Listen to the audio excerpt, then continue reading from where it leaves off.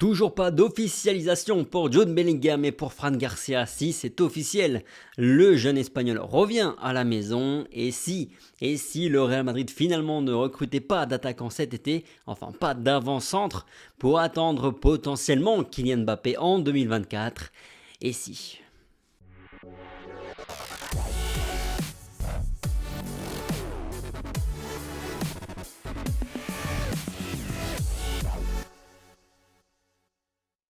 Bonjour à tous, j'espère que vous allez bien, ravi de vous retrouver aujourd'hui pour notre petit point actualité mercato, en commençant non pas par les unes des deux quotidiens madrilènes aujourd'hui, mais plutôt par le feuilleton qui nous concerne, concernant la recherche d'un attaquant au Real Madrid.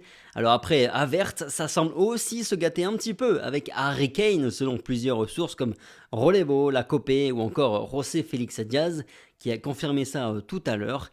Et en fait, on nous informe qu'au-delà de la complexité du dossier, c'est-à-dire devoir négocier avec Daniel Levy, le président de Tottenham, la direction madrilène se pose des questions sur la vraie nécessité d'une telle opération en rapport à ce qu'ils espèrent, ce qu'ils attendent pour 2024, ce qu'ils planifient.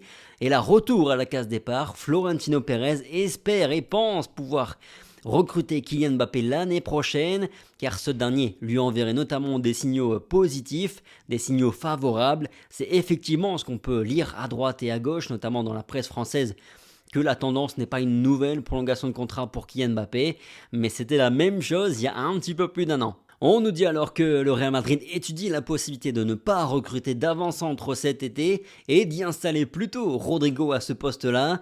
Une idée qui ne convainc pas Carlo Ancelotti qui veut absolument Harry Kane de ce qu'on entend et qui ne convainc pas non plus Rodrigo qui lui préfère jouer partout sauf avant-centre à la pointe de l'attaque. Bref, on nous parle aussi ces dernières heures de Lautaro Martinez comme plan B pour le Real Madrid cet été. L'Argentin de 25 ans a mis quasiment 30 buts cette saison avec l'Inter et plus de 10 passes décisives au compteur, lui qui va jouer la finale de la Ligue des Champions contre City demain. Ça pourrait être une opération plus simple à régler en comparaison avec celle de Harry Kane, mais c'est une piste qui reste encore à confirmer. Le Real Madrid n'a pas encore communiqué sur l'arrivée de Jude Bellingham, mais pour Fran Garcia, oui, c'est fait. Le club madrilène a officialisé aujourd'hui son retour à la maison et sa levée d'options d'achat à 5 millions d'euros. C'est donc le retour d'un joueur qui est formé à la maison et qui est parti s'aguerrir du côté du Rayo Vallecano en Liga. Je trouve que c'est plutôt une bonne pioche. Il a été élu meilleur joueur de son équipe, notamment cette saison en Liga. Bref, je trouve que oui, c'est une bonne pioche, un joueur qui est pas cher et qui devrait avoir un bon petit rendement. En plus, il est espagnol, donc c'est parfait. On en a besoin aussi pour remplir les quotas de la Liga et de l'UEFA. Autre joueur espagnol qui pourrait venir compléter l'effectif de Carlo Ancelotti en vue de la saison prochaine, c'est David Soria, le gardien de Retafe, est sur le point de signer avec le Real Madrid selon les informations de José Félix Diaz de Marca. Il viendrait alors remplacer Lunin en tant que doublure de Thibaut Courtois, l'Ukrainien qui lui devrait partir parce qu'il a clairement pas convaincu le Real Madrid sur ses premières années et puis lui veut jouer plus, c'est normal, il a besoin de jouer plus, donc un départ est très très probable cet été. On a parlé de Fran Garcia, on a parlé du départ à venir, très probable, d'André Lunin, et on a Ferland Mendy qui pourrait suivre ses pas cet été, comme on le sait depuis un moment, et ça a encore été évoqué aujourd'hui par AC Marca. Le français pourrait partir cet été, il sort de sa pire saison avec le Real Madrid, seulement 28 matchs disputés, c'est évidemment trop peu, lui qui vient de fêter ses 28 ans au passage. Là il s'est à nouveau blessé avant de rejoindre l'équipe de France, bref c'est une catastrophe.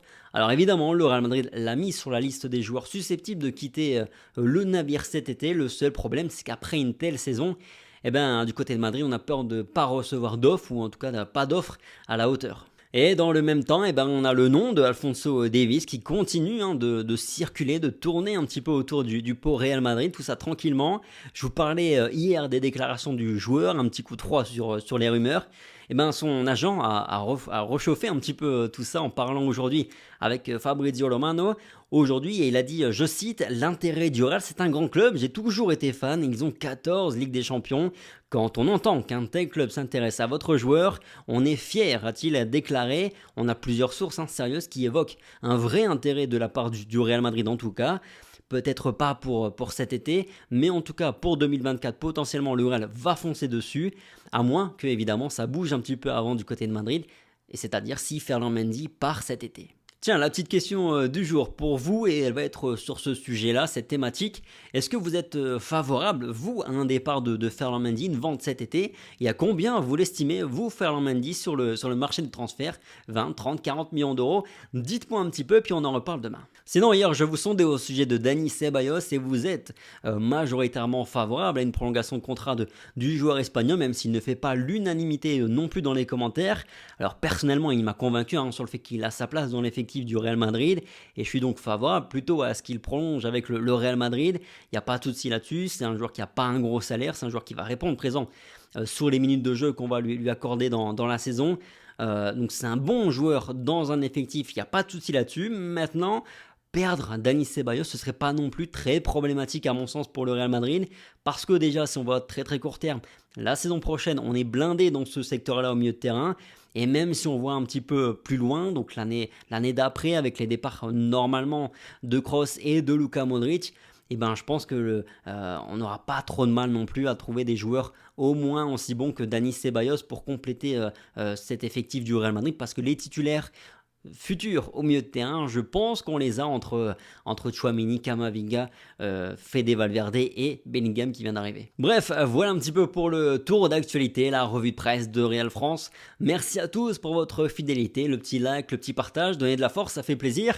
Et puis répondez évidemment à la question du jour, Ferland Mendy, est-ce que vous êtes favorable à une vente du français cet été et à quel prix vous l'estimez, vous, le français? Sur ce, passez une bonne soirée, prenez soin de vous comme toujours et puis on se dit à demain. Allez, ciao.